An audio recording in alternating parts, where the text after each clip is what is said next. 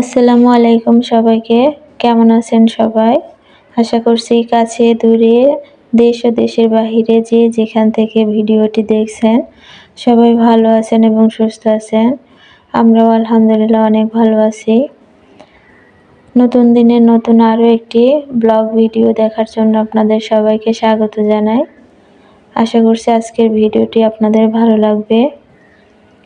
তো প্রথমেই আমি রান্নাঘরের জানালাটা খুলে দিয়েছি, কারণ সারা রাত্রে দেখা যায় যে অনেক বেশি গ্যাস জমা থাকে।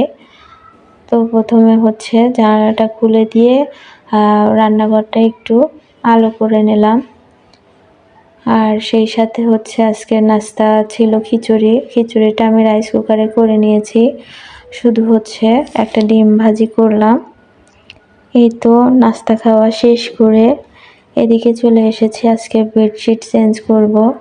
তো প্রথমে একটি ঝাড়ু দিয়ে আগে নিচের কাঁথাটা সুন্দর করে ঝাড়ি দিয়ে নেব। দেখা যায় যে নিচে পাড়া থাকে, এজন্য অনেক বেশি ধুলাবালি আটকে থাকে। আর সুন্দর করে ঝেড়ে তারপর আমি বিছানাটা পেরে নিলাম। তো ভিডিওর এ পর্যায়ে একটি রিকোয়েস্ট করব, আপনারা যারা ভিডিওটি দেখছেন প্লিজ একটি লাইক দিয়ে ভিডিওটি কন্টিনিউ করবেন, যাতে করে আপনারই মতো অন্য আপুদের কাছে আমার এই ভিডিওটি পৌঁছে দিতে সাহায্য করে। আর এখন আমি বেডশিটটা পাড়ার পর আরও একবার ঝাড়ু দিয়ে সুন্দর করে টান করে ঝাড়ি দিয়ে নিলাম, কারণ বেড যদি টান না থাকে দেখতে ভালো লাগে না। আর এদিকে আমি মশারি ধুয়ে নেব আজকে। মাসে অন্তত 2 বার করে মশারি ধোয়া হয়, তারপর অনেক বেশি কালো হয়ে যায়।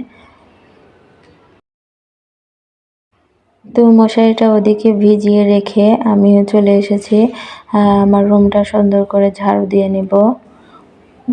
আর এই কাজগুলো একটানা করে নেওয়া যায় না, কারণ যেহেতু বাচ্চা আছে, মাঝে মাঝে বাচ্চাকেও সময় দিতে হয়, এটা ওটা বায়না নিয়ে আসে।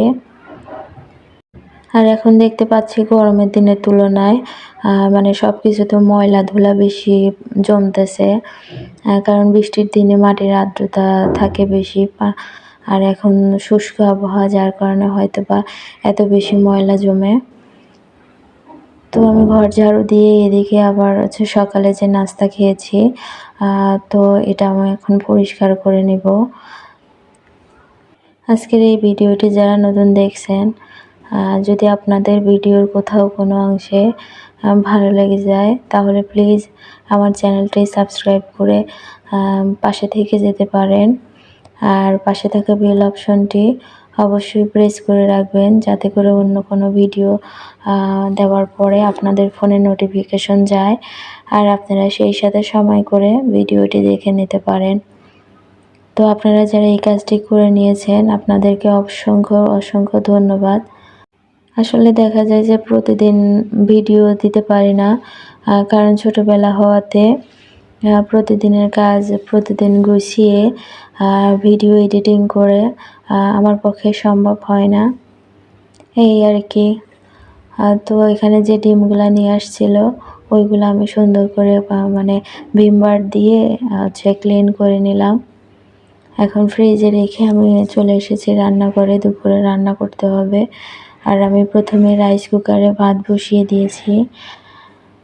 আর এদিকে আমার বাচ্চাটা এসে বলতেছে, আম্মু আমি একটু পেয়ারা খাবো। তো পেয়ারাটা কেটে ওকে দিয়ে দিব। শুধু পেয়ারা ফলটা খেতেও অনেক বেশি পছন্দ করে। তো নিয়ে যাচ্ছে আর আমার দিকে তাকায়ে তাকায়ে হাসতেছিল। আবার খাবার সময় বিসমিল্লাহ বলে খাওয়া শুরু করলো, বলতেছে মাম্মি অনেক মিষ্টি। তো আজকের দুপুরে রান্নায় ছিল ইলিশ মাছ ভুনা, আর এটা আমি অফ ক্যামেরায় শুধুমাত্র পেঁয়াজ দিয়ে মাখিয়ে বসিয়ে দিয়েছিলাম।